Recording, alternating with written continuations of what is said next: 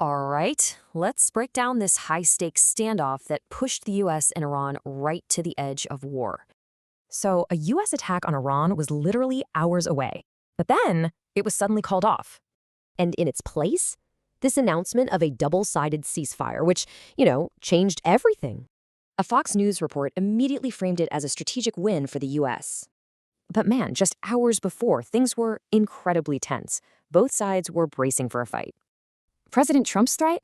Yeah, that sparked some serious global criticism and raised the stakes. So you had these threats flying back and forth, pushing everyone dangerously close to a major conflict. This got world leaders and the media really worried, and they started pushing for restraint. And their message was pretty clear. Innocent people shouldn't be caught in the middle of this. So how did they pull back from the brink? It all came down to some quiet back-channel talks.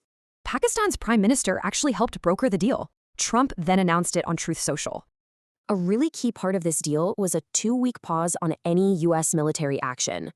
The agreement came down to 3 things, including reopening the super-important Strait of Hormuz. This basically created a path forward for talks, pulling everyone away from an immediate fight.